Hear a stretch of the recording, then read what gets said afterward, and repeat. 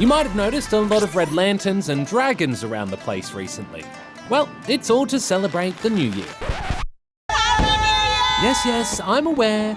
New Year's was like a month and a half ago. But this is the Lunar New Year. Lunar New Year is a big deal, with more than 1.5 billion people celebrating in countries like China, Vietnam, Singapore, Indonesia, and of course here in Australia.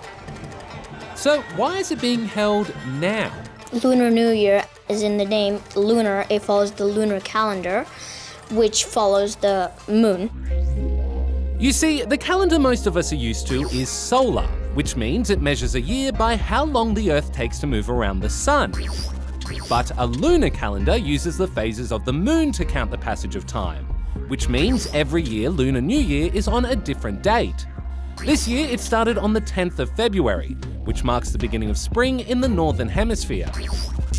It's also called the Spring Festival, where they celebrate by using like firecrackers. There's like performers. They give out red envelopes to people, and you eat traditional food.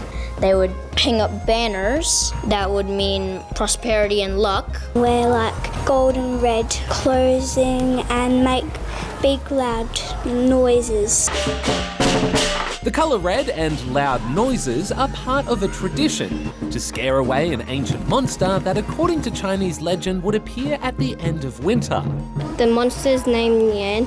It scares away the monster because the monster hates loud noises and the colour red. Speaking of mythological creatures, this year is all about dragons. You see, each Lunar New Year is named after one of 12 animals of the Chinese zodiac. According to legend, when the gods decided to create this system, they held a race to decide which animal would be first, and the rat won. Each year the animal changes in the order they finish that race. This year, as you've probably worked out, is the Year of the Dragon. And anyone born this year is thought to take on its characteristics, which for dragons is Loyalty.